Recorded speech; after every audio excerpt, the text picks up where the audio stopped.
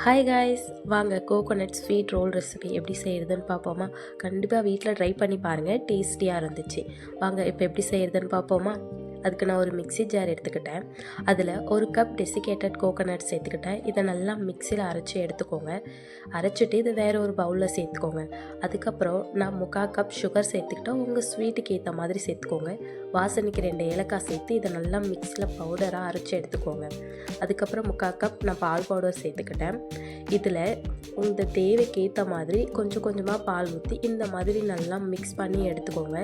இதை நம்ம 2 பாகமாக பிரிக்க போகிறோம். ஏன்னா ஒரு இதில் கலர் சேர்க்க போகிறோம், அதனால் 2 பாகமாக பிரித்து எடுத்துக்கோங்க. நான் எல்லோ ஃபுட் கலர் சேர்த்துக்கிட்டேன். உங்கள் விருப்பம், உங்கள்கிட்ட என்ன ஃபுட் கலர் இருக்கோ நீங்கள் அதை சேர்த்துக்கலாம். சேர்த்துட்டு இதையும் நல்லா சப்பாத்தி மாவு மாதிரி பிசைஞ்சு எடுத்துக்கோங்க. வேறு ஒரு ஷீட்டில் நெய் தடவி எல்லா பக்கமும் படுற மாதிரி நல்லா ஸ்ப்ரெட் பண்ணி விட்டுருங்க. நம்ம கலர் போடாமல் ஒரு கோகோனட் ஸ்வீட் எடுத்து வச்சுருந்தோம்ல, அதை எடுத்து இந்த அளவுக்கு நல்லா உருட்டி எடுத்துக்கோங்க.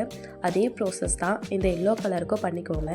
இந்த ஒயிட் கலருக்கு மேலே இந்த எல்லோவை சேர்த்துட்டு நல்லா ரோல் பண்ணி எடுத்துக்கோங்க. இந்த ஷீட் இருக்குல்ல, அந்த ஷீட்டை வச்சு அழகாக நீங்கள் ரோல் பண்ணி எடுத்துக்கலாம். நான் பண்ணுற மாதிரி இந்த மாதிரி நல்லா ரோல் பண்ணிக்கோங்க. இதை ஒரு 20 மினிட்ஸ் ஃப்ரிட்ஜில் வச்சுட்டு எடுத்து சாப்பிட்டு பாருங்கள். சாப்பிட்டுட்டு எப்படி இருந்துச்சுன்னு லைக் அண்ட் கமெண்ட் பண்ணிவிட்டு சப்ஸ்கிரைப் பண்ணிவிடுங்க. எனக்கு தான் அந்த ரோல் சரியாக வரல, நீங்கள் ட்ரை பண்ணிவிட்டு எப்படி இருந்துச்சு கமெண்ட் பண்ணுங்கள்.